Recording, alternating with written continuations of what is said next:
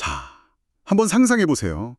잔잔한 베트남의 바다 위에 패들보드를 딱 띄워놓고 그 위에 서서 노를 젓는 모습을요. 아, 좋네요. 주변에는 동그랗고 뭔가 되게 독특하게 생긴 배들이 떠 있고요. 오늘 저희가 살펴볼 자료가 바로 이겁니다. 베트남 전통 어촌을 스탠드업 패들보드로 탐방하는 하나의 투어 기획안이죠. 네, 맞아요. 근데 이게 그냥 단순한 여행 계획 그런 게 아니더라고요. 그렇죠. 어떻게 보면 최신 레포츠랑 수백 년 된 삶의 방식이 만나는 그 지점에 대한 깊은 탐구 기록이라고 할 수 있어요. 맞아요. 그래서 저희의 목표도 명확합니다. 이 기획안을 통해서 한 어촌 마을의 일상과 역사를 아주 깊숙이 들여다볼 거고요. 특히 그 바구니배라는 거 아주 흥미롭잖아요. 네, 그 바구니배의 탄생 배경부터 한번 파헤쳐 볼 거고요. 그리고 이 작은 마을의 새우잡이가 베트남 요리의 심장이라고 할 수 있는 피쉬 소스로 어떻게 이어지는지. 그 거대한 연결고리를 추적해보는 거죠. 네, 그리고 마지막으로는 이 모든 걸 어떻게 존중하면서 지속 가능한 관광 상품으로 만들 수 있을까? 사실 그게 제일 중요한 질문인 것 같아요. 관광이 과연 지역 문화를 그냥 소비만 하는 게 아니라 오히려 그 가치를 더 빛나게 할 수 있을까? 오늘 그 가능성을 한번 진지하게 이야기 나눠보죠. 좋습니다. 그럼 본격적으로 이 기획자가 탐방에 나섰던 1월 15일의 기록부터 따라가 볼게요. 네, 자료를 보니까 1월 1일 베트남 겨울 몬순 시기라서 북풍이 분대요. 그럼 파도가 좀 높지 않나요? 저도 그럴 줄 알았는데 역설적으로 해안가 파도는 오히려 아주 잔잔했다고 합니다. 패들보딩 하기에는 그야말로 완벽한 날씨였던 거죠. 아, 그게 진짜 흥미로운 지점이에요. 보통 몬순 하면 막 거친 날씨를 떠올리기 쉬운데 이 지역은 지형이 특이해서 정반대 현상이 나타나는 거거든요. 자연 방파제 같은 게 있나 보네요. 네, 맞아요. 해안선이랑 주반 산이 딱 막아주니까 북풍이 부은 겨울에는 오히려 호수처럼 잔잔한 바다를 만날 수 있다는 거예요. 이런 현지 지식이 투어 기획할 땐 정말 중요하죠. 안전이랑 직결되니까요. 그렇죠. 아무튼 그래서 이분이 천천히 패들보드를 저으면서 고깃배들이 가득한 곳을 지났다고 해요. 그러다 뭔가 눈에 확 띄는 걸 발견한 거죠. 바구니 배군요? 네, 우리가 아는 그런 배 모양이 아니라 진짜 커다란 바구니처럼 생긴 둥근 배들이요. 겉보기엔 좀 불안해 보이기도 하는데 여기에 엄청난 이야기가 숨어 있더라고요. 바로 그 퉁차이라고 불리는 베트남의 전통 바구니 배입니다. 퉁차이. 네, 이 배의 탄생 배경을 알면 정말 무릎을 탁 치게 됩니다. 때는 1900세기 프랑스 식민지 시절로 거슬러 올라가요. 프랑스 식민정부가 베트남 어민들의 모든 어선에 아주 무거운 세금을 부과하기 시작했습니다. 아, 또 세금 문제군요. 예나 지금이나 참. 그렇죠. 어민들한테는 생계가 걸린 절박한 문제였거든요. 어떻게든 피해야만 했댔네요. 네, 그래서 고민 끝에 내놓은 해결책이 정말 기가 막힙니다. 배가 아닌 걸 만들어서 고기를 잡으면 되지 않겠다는 발상이었죠. 잠깐만요. 배가 아닙니다라고 주장을 했다고요? 그렇게 큰 걸 바다에 띄워놓고? 네, 맞아요. 아니, 그걸 식민정부가 믿어줬다는 게 더 신기한데요? 약간 이것은 파이프가 아니다 같은 느낌인데요? 맞아요. 어민들은 이건 배가 아니라 그냥 묻에서 쓰는 커다란 가구니를 뿐이다. 이렇게 주장을 한 거죠. 와우. 물론 프랑스 관리들이 고지고대로 믿었을 리는 없겠지만 법적으로 선박의 형태가 아니니까 세금을 매길 명분이 애매해진 거예요. 아, 법의 허점을 파고든 거군요. 그렇죠. 일종의 놀라운 지혜이자 뭐랄까 총칼 대신 머리로 맞선 소극적인 저항의 산물인 셈이죠. 와. 그러니까 저 동그란 모양 자체가 저항의 상징이었던 거네요? 그냥 디자인이 특이한 줄 알았는데 그런 역사적인 맥락이 있었다니 정말 놀랍습니다. 맞습니다. 그래서 이 바구니 배가 단순한 생계 수단을 넘어서 식민 지배에 대한 베트남 사람들의 어떤 기지와 독창성을 보여주는 아이콘이 된 거예요. 역사의 한 단면이 정말 고스란히 담겨 있네요. 근데 이게 단순히 세금 피하려고 만든 임시 방편만은 아니었을 것 같아요. 지금까지도 쓰인다는 건 그만큼 실용적이란 뜻이겠죠. 물론입니다. 오히려 현대적인 관점에서도 아주 효율적인 디자인이에요.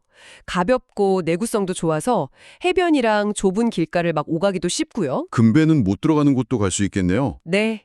얕은 물가에서도 조업이 가능하고 또 제자리에서 360도 회전이 가능할 정도로 기동성도 엄청 뛰어나요. 낚시, 양식장 관리, 운송 거의 만능이죠. 기동성이요?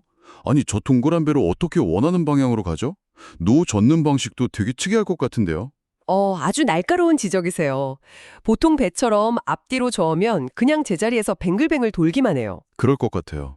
그래서 아주 독특한 기술이 필요한데 노를 물속에 넣고 숫자 8자를 그리듯이 휘저으면서 나아가야 합니다. 팔자요? 와, 네. 이 기획자가 찍은 영상에도 어부 4분이 이 전통 방식으로 노를 젓는 모습이 담겨 있다고 해요. 수십 년 경력이 아니면 흉내내기도 힘든 살아있는 기술인 거죠. 저는 패들보드도 겨우 타는데 팔자로 저으라고 하면 아마 하루 종일 제자리에서 돌기만 하겠네요. 생각만 해도 어지러운데요? 하하, 그렇죠. 자, 그럼 이 놀라운 다구니 배를 타고 어부들이 구체적으로 뭘 하는지 어촌의 하루 리듬을 한번 따라가 보죠. 기획자가 특히 작은 새우를 접는 삼각형 그물에 주목했다고 합니다. 네, 바로 그 작은 새우. 이게 이 어촌 경제의 핵심이고 더 나아가서 베트남 음식 문화 전체를 떠받치는 기둥 중 하나거든요. 그렇게 중요한 건가요? 그 작은 새우가? 이 기획안을 보면 어부들이 밤새 잡아오는 이 작은 새우가 대부분 누엉맘, 즉 피시 소스를 만드는 데 사용된대요. 누옥맘이요? 우리가 그 분짜나 쌀국수 먹을 때 찍어 먹는 그 소스요? 네, 바로 그 소스요. 저는 그거 그냥 공장에서 대량으로 만드는 건 줄 알았는데 그 시작이 이 작은 어촌 마을의 새우잡이라니 갑자기 제가 먹던 쌀국수가 다르게 느껴지네요. 바로 그 연결고리를 발견하는 게 이 투어의 핵심인 거죠. 우리가 식당에서 무심코 찍어 먹던 그 소스 한 방울에 이 어부들의 밤샘 조업과 공동체의 역사가 담겨 있다고 생각하면 맛이 완전히 다르게 느껴질 겁니다. 생각해보니 정말 그렇네요. 그 조업 방식도 아주 고되다고 들었어요. 네, 보통 오후 늦게 바다로 나가서 밤새 조업을 하거든요. 배에 밝은 조명을 켜서 새우떼를 모으는 방식인데 조업 시간이 길게는 12시간까지 이어진다고 해요. 12시간이나요? 칠흑 같은 바다 위에서. 네, 작은 배 위에서 뜬 눈으로 밤을 새우는 고된 노동이죠. 그렇게 해서 잡는 양은 어느 정도나 되나요? 입니다. 자료를 보면 하룻밤에 배 한 척당 100kg 이상을 잡을 수 있고요. 마을 전체로 보면 하루 어획량이 수천 킬로그램에 달할 때도 있다고 합니다. 와, 작은 바구니 배들이 모여서 거대한 산업을 만들어내는 거네요. 바로 그렇죠. 그리고 다음 날 아침 배들이 돌아오면 마을의 진짜 이야기가 시작됩니다. 아, 그때부터요? 맞습니다. 동이틀 무렵 배들이 해변으로 돌아오면 아내, 아이들, 다른 가족들이 다 밖으로 나와요. 갓 잡은 새우를 그물에서 털고 분류하고 무게를 재서 상인들한테 바로 파는 거죠. 해변 전체가 하나의 거대한 시장이 되는군요. 네, 그리고 활기찬 공동작업장이 되는 겁니다. 상상만 해도 정말 역동적인 풍경이네요. 밤샘 주업, 이른 아침의 귀환, 그리고 가족들의 협력. 관광객이 적은 겨울철에도 계속되는 이런 모습이야말로 진짜 삶의 모습이겠군요. 그렇죠. 꾸밈 없는 모습. 근데 한편으로는 이런 생각도 들어요. 이렇게 강력하고 진정한 삶의 현장을 우리가 관광 상품으로 만든다는 것. 패들보드를 탄 이방인들이 그들의 아침을 조용히 스쳐 지나갈 때 과연 그 풍경은 이전과 똑같이 진정성을 유지할 수 있을까요? 바로 그 지점이 이 기획안의 가장 큰 고민이자 핵심적인 딜레마입니다. 그렇죠. 우리가 순수함을 찾아가는 그 순간, 그 순수함은 우리 때문에 필연적으로 변하기 시작하거든요. 물리학에서 말하는 관찰자 효과랑 똑같아요. 보는 행위 자체가 대상에 영향을 미친다는 거요? 네. 이 투어 기획자도 그 문제를 아주 깊이 인식하고 있습니다. 그렇다면 이 기획안은 그 딜레마를 어떻게 풀어내려고 하나요? 자칫하면 그냥 인스타그램용 이색 체험으로 끝나버리고 현지인들은 방해만 받을 수도 있을 텐데요. 그래서 이 기획의 핵심 원칙이 최소한의 개입이랑 깊이 있는 스토리텔링이에요. 최소한의 개입? 일단 패들보드라는 이동수단 자체가 아주 중요해요. 모터 소음도 없고 매연도 없잖아요. 물 위에서 조용히 마치 풍경의 일부인 것처럼 그들의 일상을 멀리서 지켜볼 수 있는 거죠. 아, 방해가 되지 않는 거리를 유지하는 거군요. 네, 그게 철칙이고요. 하지만 거기서 그치지 않아요.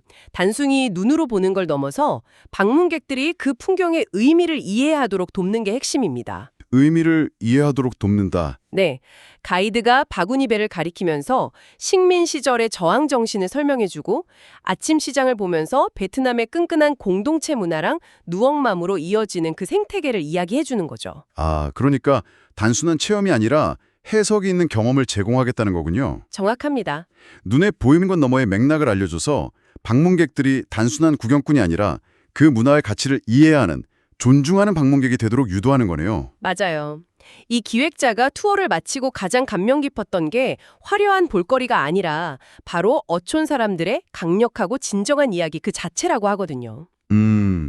이 투어는 그 이야기를 왜곡하거나 소비하지 않고 방문객에게 온전히 전달하는 통로가 되겠다는 비전을 제시하는 거죠. 하지만 조용히 지켜본다는 것만으로 충분할까요? 우리가 그들의 이야기를 통해 감동을 얻어간다면 우리도 뭔가 긍정적인 기여를 해야 하지 않을까요? 물론입니다. 아주 중요한 지적이에요. 그래서 지속 가능한 관광 모델에서는 지역사회와의 경제적 연결이 필수적입니다. 예를 들면 어떤 게 있을까요? 예를 들어 투어 비용의 일부가 마을 발전 기금으로 적립된다거나 투어가 끝난 후에 방문객들이 마을에서 직접 만든 피시 소스나 건어물을 사도록 안내하는 거죠. 아니면 마을 식당에서 같이 식사하면서 자연스럽게 교류할 수도 있고요. 아, 일방적인 관찰이 아니라 상호 존중을 바탕으로 한 건강한 관계를 맺는 거군요. 바로 그겁니다. 오늘 저희 베트남의 한 작은 어촌 마을을 정말 깊이 들여다봤네요. 세금을 피하려는 기지에서 태어난 바구니배의 역사부터 작은 새우가 베트남의 식탁을 책임지는 거대한 산업으로 이어지는 과정, 그리고 이 모든 것을 존중하며 경험하려는 새로운 여행의 모습까지요. 네, 하나의 투어 기획안을 통해서 역사, 경제, 문화, 그리고 지속 가능한 관광의 미래까지 엿볼 수 있었던 것 같아요. 작은 바구니배 하나에 이렇게나 많은 이야기가 담겨 있다는 게 새삼 놀랍네요. 그러게요. 근데 이 기획안의 좋은 의도와는 별개로 관광의 본질적인 속성은 늘 우리에게 좀 어려운 질문을 던지는 것 같아요. 네. 저희가 대화 내내 이야기했던 바로 그 관찰자 효과에 대한 딜레마 말이죠. 우리가 그들의 진정한 모습을 보러 갈수록 그 모습은 더 이상 온전히 진정한 것이 아니게 될 수도 있다는 그 역설이요. 바로 그거예요. 그래서 마지막으로 이 이야기를 듣고 계신 당신에게 이런 질문을 한번 던져보고 싶어요. 네. 이 투어 기획은 전통적인 삶의 방식을 존중하며 관찰하는 걸 목표로 하잖아요. 하지만 관광객이라는 새로운 요소가 들어서는 순간 우리가 보존하고 싶어하는 바로 그 대상은 필연적으로 변화의 과정에 놓이게 됩니다. 그렇다면 우리의 역할은 뭘까요? 어떻게 하면 문화를 그냥 소비하는 구경꾼을 넘어서 그들의 삶과 변화의 과정에 긍정적인 일부가 될 수 있는 그런 사려 깊은 방문객이 될 수 있을까요? 아마 정답은 없을 겁니다. 하지만 다음 여행을 계획하기 전에 한 번쯤 진지하게 고민해볼 가치가 있는 질문이 아닐까 싶습니다.